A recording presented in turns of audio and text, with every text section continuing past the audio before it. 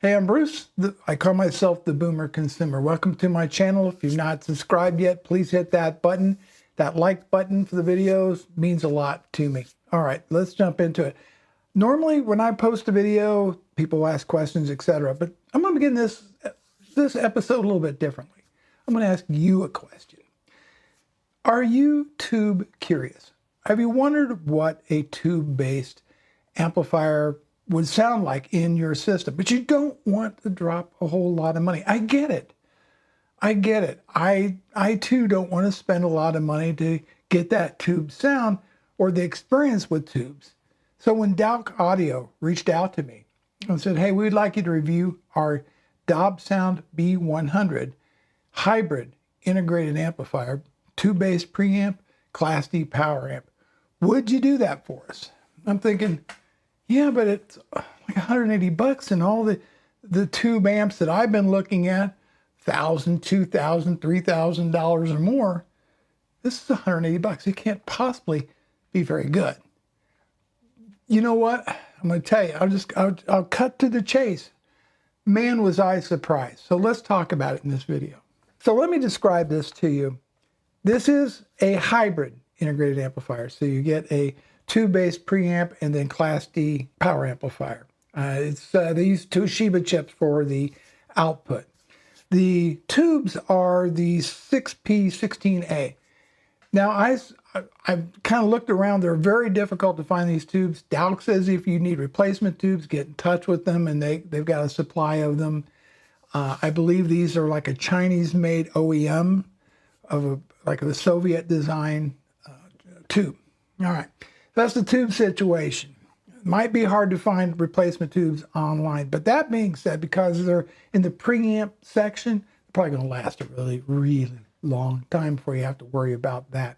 You get Bluetooth 5.0, you get 2 analog inputs, then of course you have the DAC that features optical, coax, and USB inputs.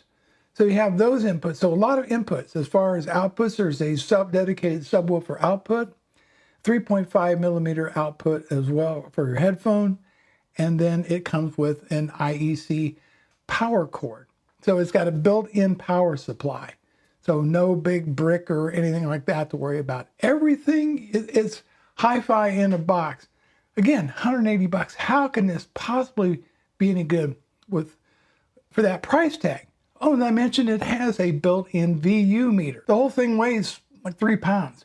It is a metal chassis, apparently very thin metal, but it only, like I said, it only weighs 3 pounds. And measurements, it's 6.69 inches wide, 6.69 inches deep, and 4.72 tall.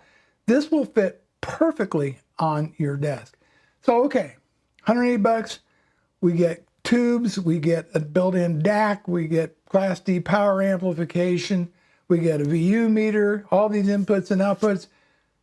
Okay, this can't sound very good. Well, let me tell you, and you want to give it a little bit of warm-up time. So once I did, this was a sweet sounding integrated amplifier. I really can't believe how good these companies have gotten at making great sounding gear at extremely affordable prices. And, you know, the DAC, let's talk about the built-in DAC for a minute. It's not great, folks. Okay, it's not, but it's serviceable.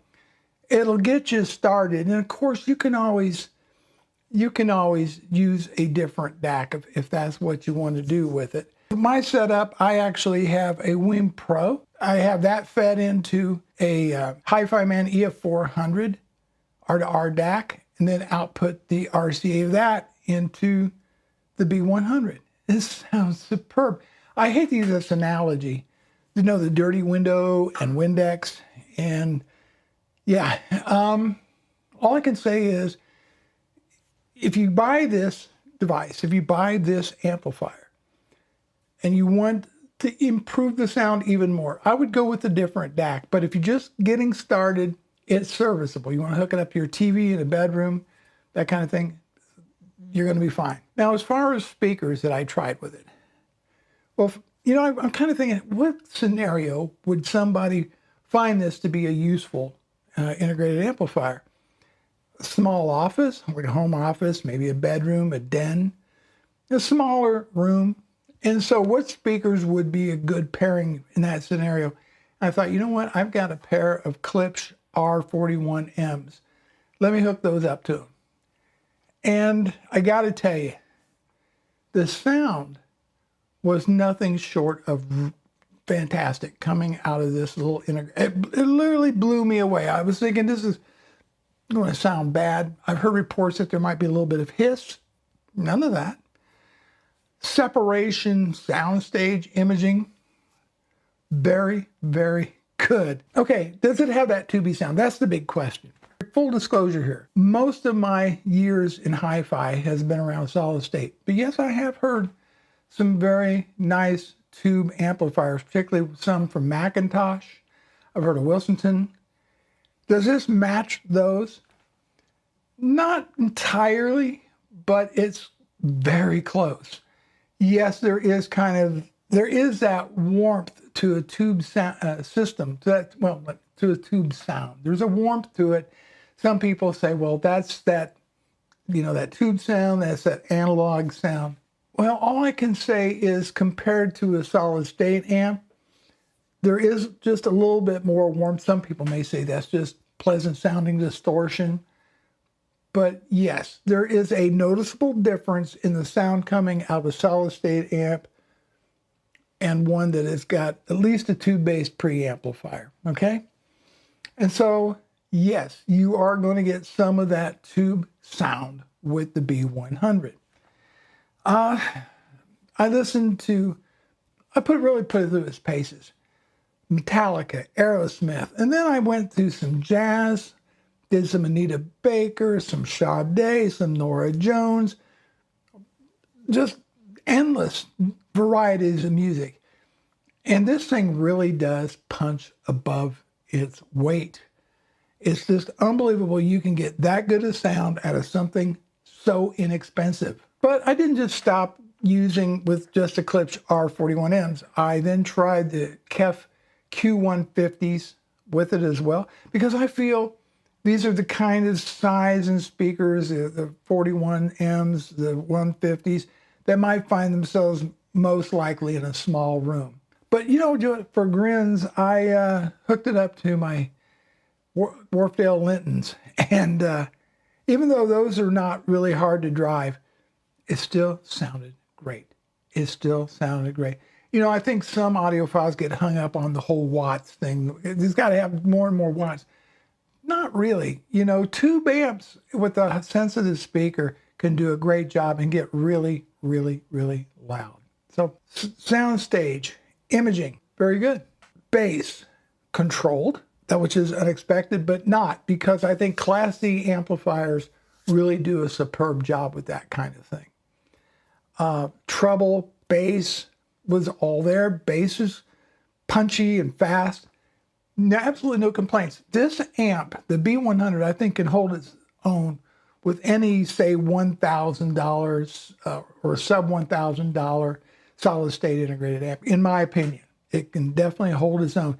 It certainly sounds every bit as good as my NAD 316 BV2. It sounds better, I think, than my Yamaha AS501, depending on the music, especially jazz. I think jazz is kind of a sweet spot for this thing. Soft rock might also be a sweet spot for this amplifier. So yeah, I think this thing can hold its own against integrateds costing a whole lot more than 180 bucks. So now this is the part of the show where, what do I like? What am I neutral on? What do I dislike? Okay, I've got a list here. I'm going to read it off. If you see me looking down, just referring to my notes. Got to tell you, please keep this in perspective. It's only $180, all right?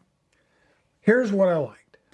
I was impressed by the quality of the sound for this price range, okay? I got to tell you, I was very, very impressed, and I think you would be too.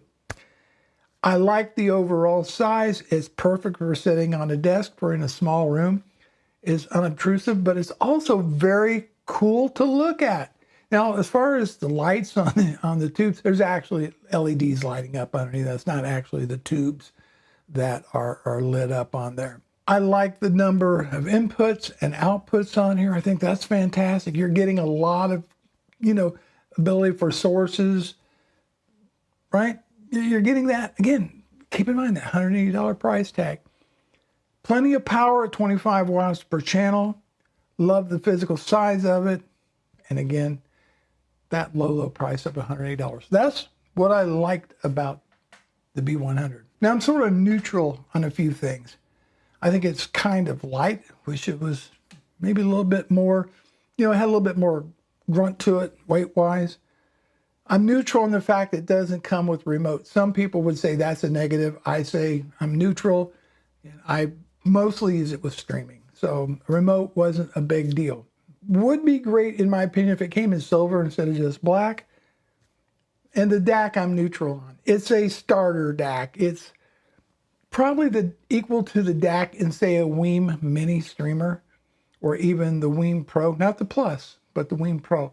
I would say that it's pretty much on par with those kind of DACs. What I don't like about the B100, first off, the power switch it's in the back. It's very hard to reach.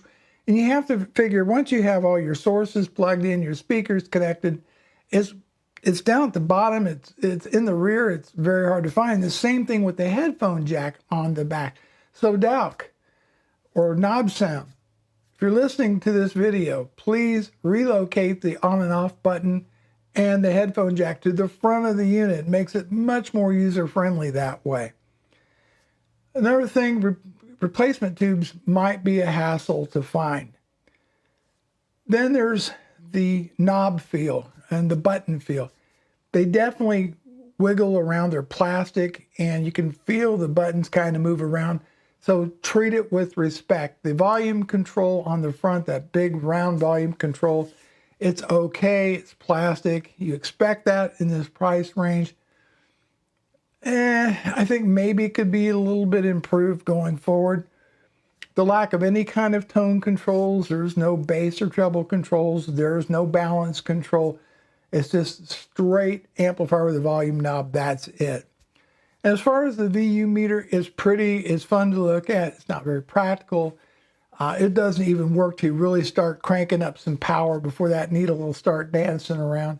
And I listen at low volume, so most of the time that VU meter is doing nothing at all. Finally, to wrap this up, I got to tell you, I was genuinely impressed with the sound quality. Not gonna lie, I think it sounds really, really good in that price range. You're gonna have to spend, if you're into tubes or you're tube curious, you're gonna have to spend a whole lot more money in this to get any, I think, real increase in or better sound out of a tube-based system. This is a great way to dip your toes into that tube world, or looking for a great sounding little integrated amp that you don't have to buy a separate DAC. You can just pretty much use it out of the box. Speaking of which, when you unbox it, the tubes are already pre-mounted. You don't even have to install the tubes if you're kind of scared about handling, they're delicate, their glass could break it. They're already pre-installed. Literally, it's as plug and play as you're going to get.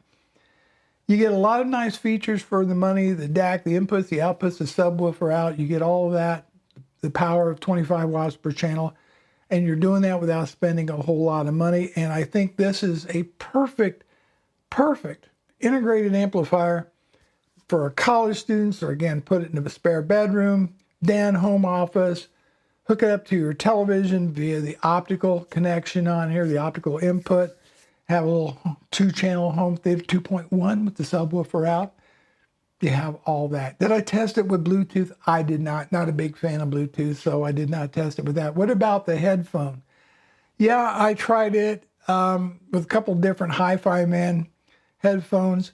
Gotta be honest with you, not that impressed. And I don't think most people's going to use the headphone jack on there anyway, because it is inconveniently located on the back of the unit. Woo!